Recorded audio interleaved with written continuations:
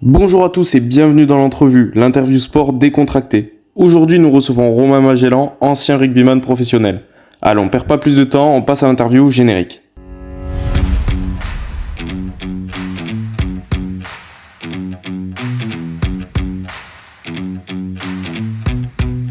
Présentez-vous qui je suis. Les gars, qui je suis. C'est moi. Donc Romain Magellan, 51 ans, je suis un ancien professionnel de rugby, j'ai joué à Grenoble, Bourgoin et au Saracens à Londres. Je suis consultant pour Canal+ sur les bords de terrain. J'ai également consultant pour Event Team, une agence événementielle qui est basée à Boulogne, à Paris aussi, pas loin d'ici, qui est agence officielle sur Roland-Garros, la Coupe du Monde de rugby et les JO qui arrivent dans quelques semaines. Donc toujours dans le sport, et je présente aussi les Oscars Midi Olympiques, donc avec Midi Olympique, et aussi les Oscars amateurs qui viennent de commencer avec mon ami Christian Califano. Voilà, j'ai 2 enfants. Thibaut et Tom, que je salue, 24 ans et 21 ans. Et voilà. Un homme multifonction en quelque sorte. Ouais, enfin ça reste assez autour du sport, comme tu peux le voir, et notamment autour du rugby. C'est vrai que moi, le rugby a changé ma vie, et j'évolue maintenant dans ce milieu-là. Après, je m'intéresse à tout, mais voilà, je suis essentiellement autour du rugby. Et j'ai pas l'impression de bosser, parce que c'est vraiment une passion, et j'ai cette chance. Et on y reviendra plus tard sur ce que tu as dit sur le fait que le rugby avait changé ta vie. Moi, je te propose qu'on passe au nouvel aparté de cette entrevue. C'est parti pour l'entrejeu.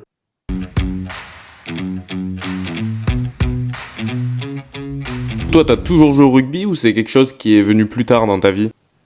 Mais alors, pas du tout. Moi, donc, je suis né à Besançon et j'ai grandi en Haute-Savoie. Alors, mon teint coloré, je suis métisse des Antilles. Mon père est de la Martinique et ma mère est de Vesoul. Donc, j'ai grandi en Haute-Savoie, donc avec un père antillais. Autant te dire que le rugby, je pense qu'il savait même pas ce que c'était en Haute-Savoie dans les années. Je suis né en 73, donc dans les années 80. Rien.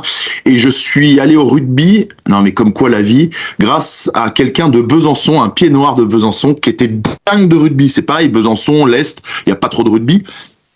Et lui était passionné, et mon frère, qui était encore plus balèze que moi, même petit, il était déjà solide, et il a harcelé, mais c'est vraiment le mot, harcelé mes parents pour nous mettre au rugby. Et j'ai encore sa voix là, avec sa voix, c'était génial, Jean-Louis Rodriguez, qui nous dit, mais faut tes enfants arrêtent avec le foot, faut les mettre au rugby, faut les mettre au rugby. Et mon frère est allé au rugby à Annemasse, parce que c'était le seul club, moi j'étais à La Roche-sur-Foron, et il a commencé, et il revenait des entraînements, je suis allé le voir à des matchs, et j'ai trouvé ça génial, il était super bien. Et du coup, l'année d'après, j'ai enquillé, j'ai commencé à Annemasse.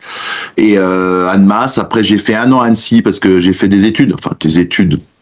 J'étais pas super bon dans les études, hein, elles m'ont plutôt suivi que je ne les ai suivies. Et après Grenoble, au centre de formation, où là vraiment ma carrière et ma vie a vraiment changé parce que j'ai fait des rencontres et ma vie a été tout au long comme ça, faite de rencontres. On a été champion de France junior et j'ai vécu des années extraordinaires à Grenoble. Et toi, du coup, t'avais commencé par le foot, si j'ai bien suivi ? Ah ouais, mais ouais, après quand t'es gamin, puis en Haute-Savoie, j'ai même commencé par le ski, qui était bien. Hein. Bon, après j'aime bien me lever tôt, mais tu te lèves tôt. J'allais au CAF à l'époque.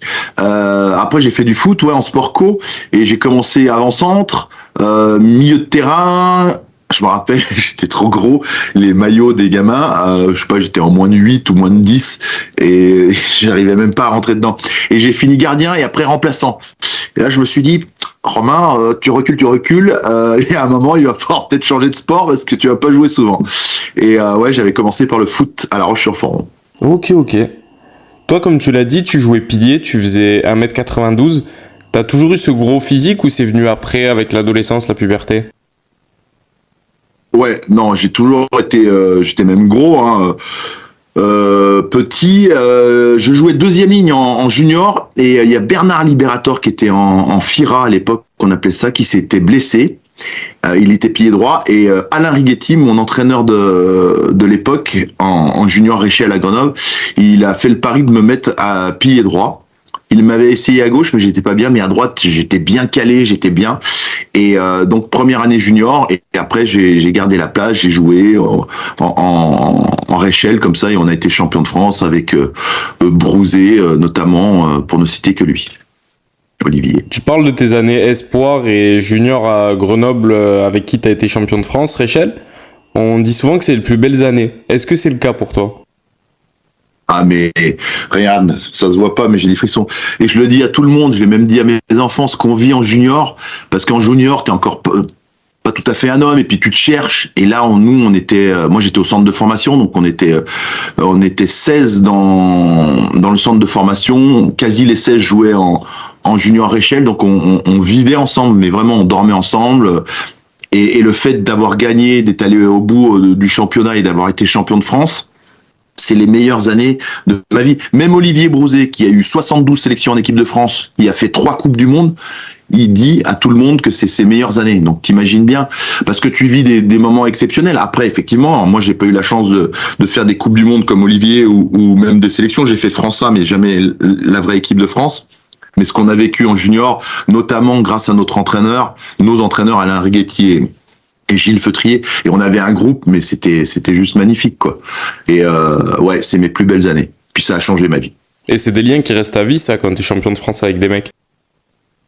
Et ouais, et surtout à cette époque-là, oui, effectivement, j'imagine, moi, d'être champion de France. Et puis je te dis, ce qu'on a vécu, tu vois, on avait 17, 18 ans, c'est là où tu deviens un homme. Enfin, t'as l'insouciance, et puis on gagnait tout, on était imbattables, c'était fou, quoi, cette sensation, c'est ce que j'essaye de dire, moi, avant de rentrer sur le terrain, mais on était une cohésion quand on dit le rugby et tout, mais c'était fou. Righetti, il avait réussi quand on dit, il nous aimait déjà, j'aimais bien ça, et sur l'affect, mais il était énorme, et comme moi je suis un gros affectif, il a su me parler et il m'a transcendé.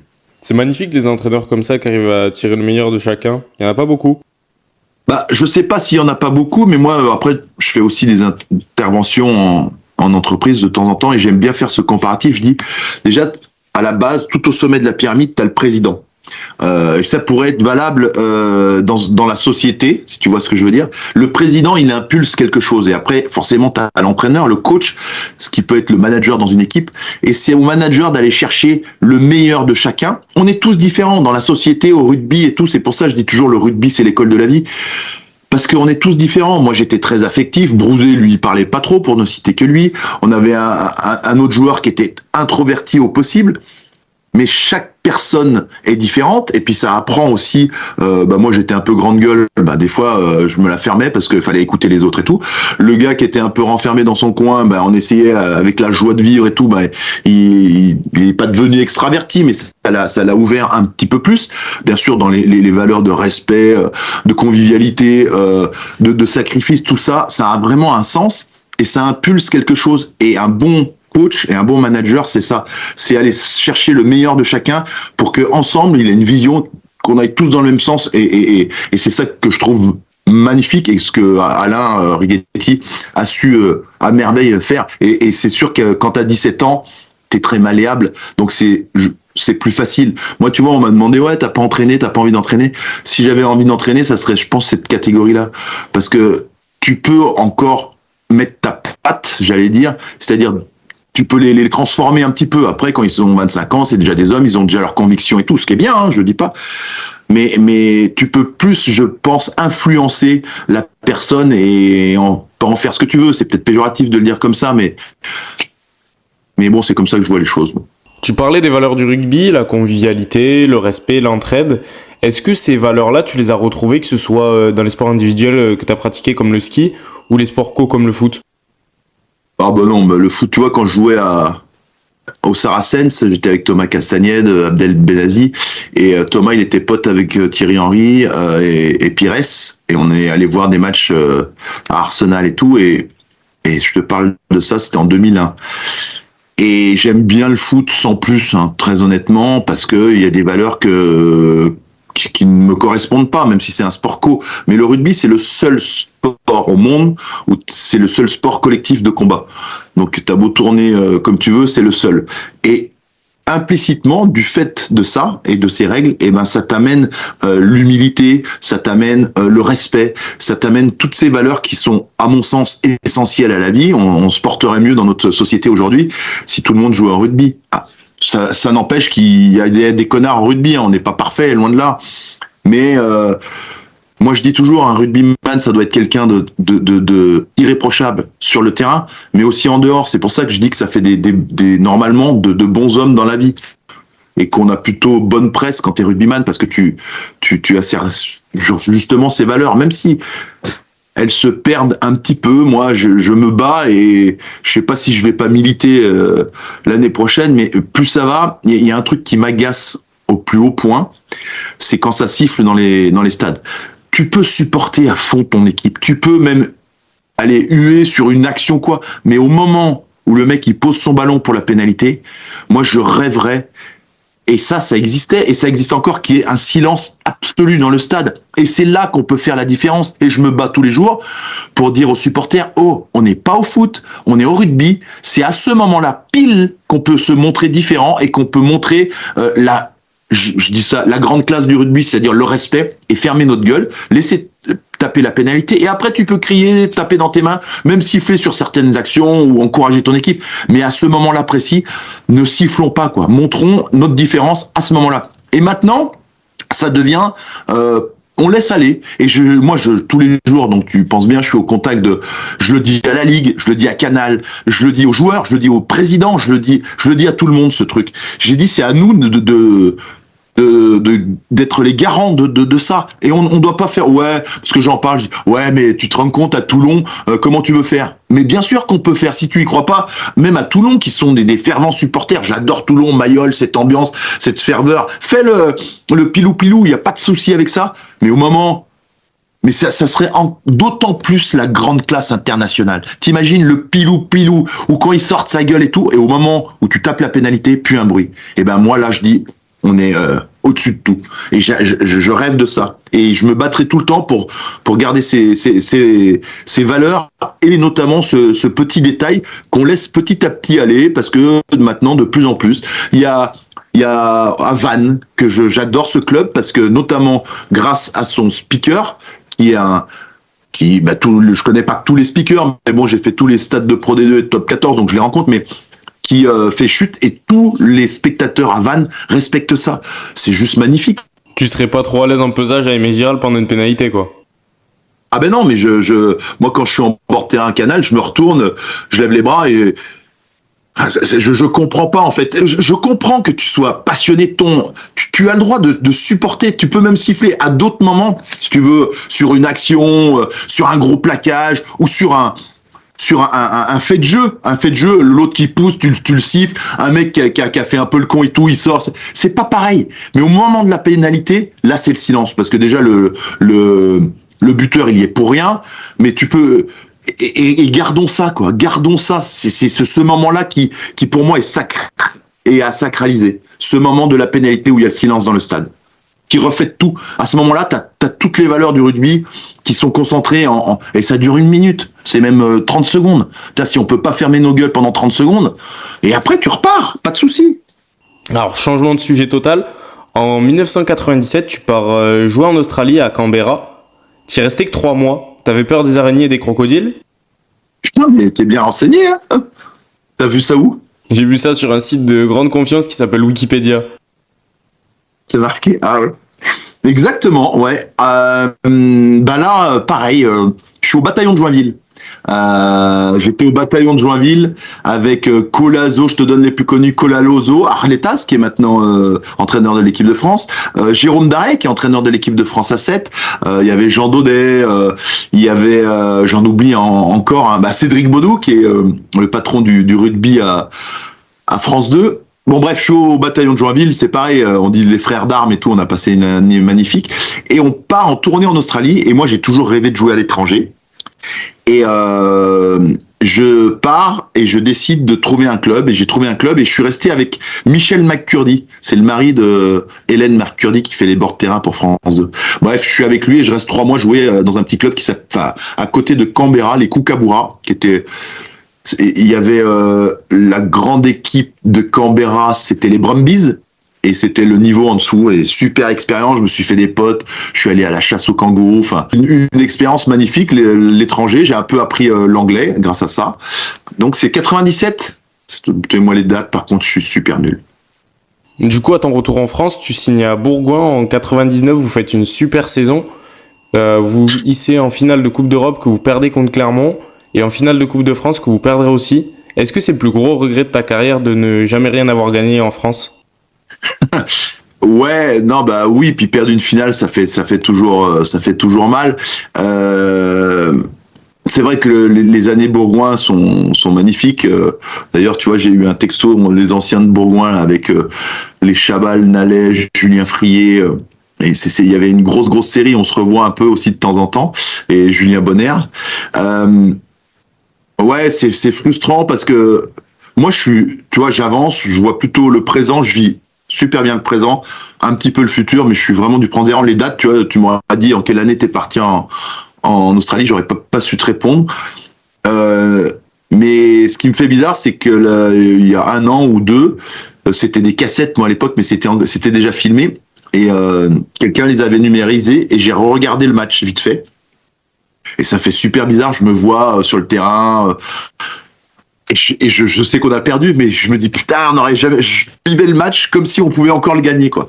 Et ouais, c'est des regrets parce que je me dis putain, gagner une finale, c'est toujours mieux. Puis ça reste dans l'histoire. Comme on dit, hein, on se souvient toujours des gagnants, jamais des perdants. Mais je regrette pas. C'est comme ça. J'ai eu la chance déjà de vivre ces années-là, parce que moi, quand même, au départ, j'étais pas fait pour le rugby ici. Par rapport à mon physique, mais rien ne me prédestinait à... Je te dis, j'avais un frère qui, lui, était athlétique, moi, pas du tout. Et c'est à force de m'entraîner, notamment grâce à Olivier Bozé en junior, qui, lui, avait son père, qui avait fait les JO, qui était lanceur de poids et tout, qui était le premier professionnel que j'ai vu de France, parce que il s'entraînait comme un pro avant que ça passe pro. Bozé, moi, je le voyais faire de l'athlétisme et du gainage. Il avait 17 ans, quoi. Donc personne faisait ça avant. Bon bref, ouais, les finales, pour revenir à ta question, oui bien sûr t'as un regret de pas l'avoir gagné, mais je suis même content d'avoir vécu ça. Et ça fait partie d'une carrière, hein, que ce soit dans n'importe quel sport, il faut savoir gagner et perdre. Exactement. Ensuite, en 2000, tu signes au Saracens de Londres. Une blessure vient mettre un terme à ta carrière, du coup tu t'es fait une hernie discale. Est-ce que tu crois qu'être un pilier de grande taille, ça a joué ? Ouais, forcément, je pense que oui. Moi, à l'époque, on se posait pas en mêlée, tu vois, on faisait des grands impacts. J'avais déjà un peu mal quand j'étais à Bourgoin, et j'ai les boules parce que j'ai 29 ans quand j'arrête ma carrière, et j'avais été en équipe de France 2 saisons, je fais 2 tournois en équipe de France A. C'était la Porte à l'époque, il était venu nous voir à Bourgoin. Olivier Millou, lui, bah, il a eu 50 sélections en équipe de France. On avait une grosse mêlée. J'avais un point fort, c'était la mêlée. J'étais fort en mêlée. Et je pense que si je fais une saison complète au Saracens, ben, j'aurais déjà vécu des beaux trucs. Et à 29 ans, t'as encore de l'avenir normalement en tant que pilier. Mais rien n'arrive par hasard. Ma blessure, c'était, je pense peut-être dans ma tête, je sais pas. C'est au moment où j'ai eu mon premier enfant. Tu sais, on dit souvent, genre, t'as mal au dos quand t'en as plein le dos. Oui, il y avait quelque chose de physique, mais je me fais opérer. Je reviens, je refais 5 mois de réduc très fort et je me refais une petite douleur au dos juste la semaine avant où je devais réintégrer l'équipe des Saracens. Et là, explosion mentale. J'ai posé mes affaires, je suis pris ma douche, je suis allé voir le coach qui était François Pinard et je lui ai dit j'arrête le rugby. Il me dit comment, hein, j'ai arrêté le rugby comme ça en 20 minutes. Je suis allé voir le président, Nigel Ray, j'ai dit j'ai arrêté ma carrière, j'ai jamais rejoué de ma vie. Tu l'as regretté, ça ? Je pouvais plus, tu vois, un pilier, t'as mal au dos. J'avais fait tellement d'efforts pour revenir et tout, et là, je me voyais plus refaire des mêlées. J'ai craqué mentalement, on va dire. Mais bon, c'est comme ça. Après, j'ai eu une autre carrière. Et tu serais resté plus longtemps, toi, à Londres, sans ta blessure ? Ah oui, ouais. Ben Londres. Moi, je signe à Londres en 2000. C'était professionnel que avant les clubs étaient pas pros comme ils le sont maintenant je vais te dire, nous on avait t'arrivais à l'entraînement, tu jetais tes affaires, tu prenais tes affaires et étaient repassées avec tes initiales, après l'entraînement tu les mettais dans une bassine, le lendemain elles étaient repassées et tout, t'avais un coach pour la défense, un coach pour la vidéo, t'avais déjà de la vidéo en 2000 hein.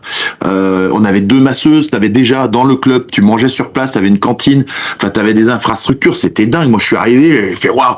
Puis au Saracens quoi. J'arrive au Saracens, il y avait des stars, j'étais au milieu du terrain, je me disais waouh, et François Pinard comme coach, t'imagines? C'était fabuleux. Et ouais, je serais resté, puis je gagnais beaucoup d'oseille. Non, mais c'est vrai, j'avais un contrat pilier droit, c'était fabuleux quoi. Puis j'ai adoré, puis moi j'aime l'étranger. Si demain j'ai une opportunité d'aller bosser à l'étranger, je pars tout de suite. Du coup, toi, tu l'as dit en début d'interview, t'es d'origine martiniquaise.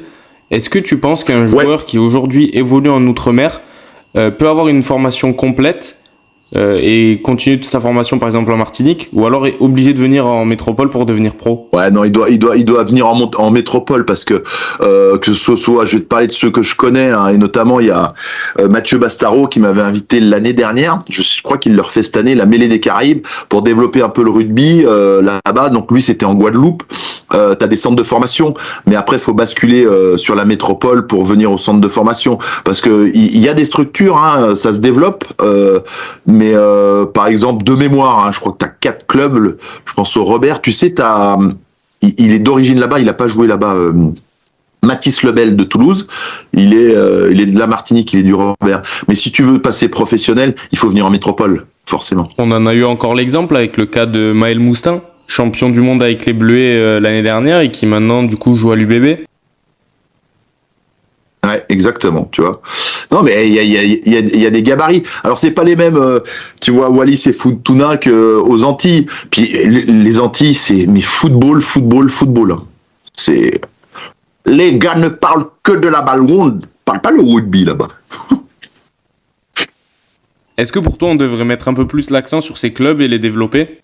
Le club des Antilles, bah oui, parce qu'il y a vraiment du potentiel. Enfin, les Antillais déjà. Alors à part moi, qui me disait je suis antillais, je devrais courir vite. Tous les Antillais, ils déroulent, ils vont à 2000. Bon bah moi j'avais une grosse remorque au cul, mais il y a des potentiels parce que les mecs sont gaillards, ils sont rapides, mais c'est pas dans la culture. Aux Antilles, en Martinique, ils vont te parler du football. Faut voir l'appartenance à des équipes. Je veux dire, il y a des villages. Moi, je suis du Lorrain, dans le Nord. Certains mecs, ils ont le maillot ou du PSG ou de Saint-Étienne. Dès qu'il y a des matchs, c'est suivi, mais c'est fou. Le foot, c'est une institution aux Antilles. Alors, mon cher Romain, je te propose qu'on passe au dernier aparté de cette entrevue, qui est une sorte de tu préfères, et ça s'appelle l'entre-deux. Allez, c'est parti. Mais oui, mon cher François. Tu préfères mettre un cul à Thomas Castagnède ou tordre Moscato en mêlée? Tordre Moscato. Puis je l'ai déjà fait, tordre Moscato quand il veut. Hein.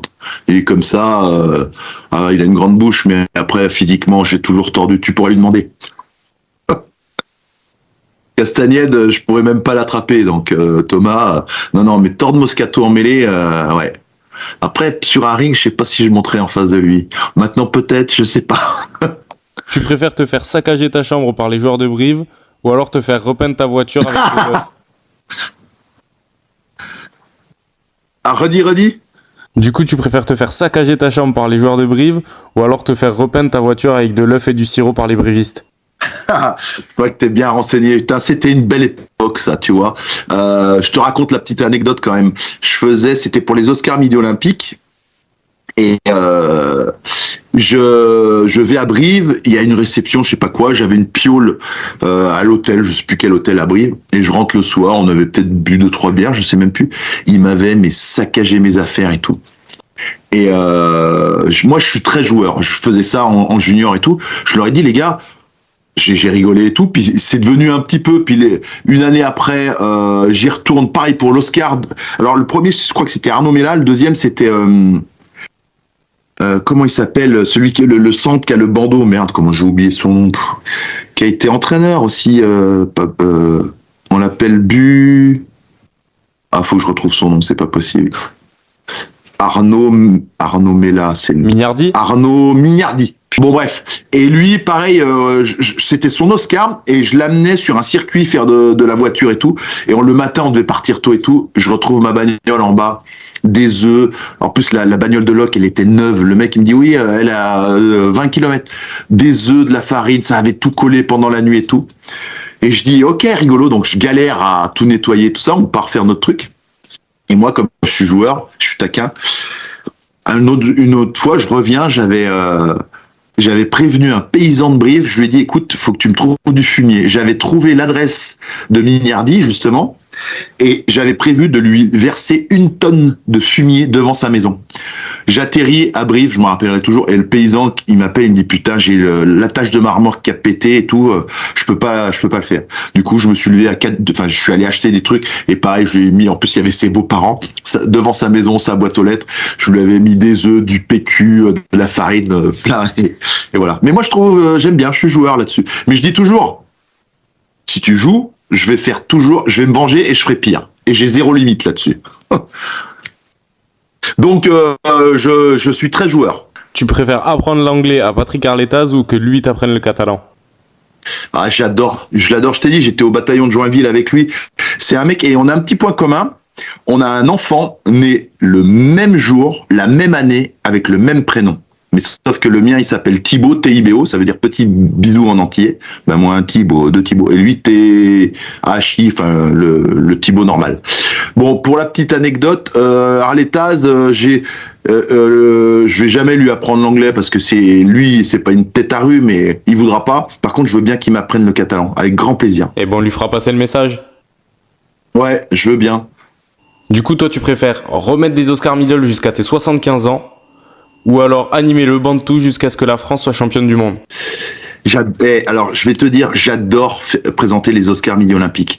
Parce que, et là, on a, il y a les nouveaux, avec Total Energy, il y a les nouveaux Oscars amateurs. Et là, samedi, après la finale, donc Marseille, je suis allé à Issoire.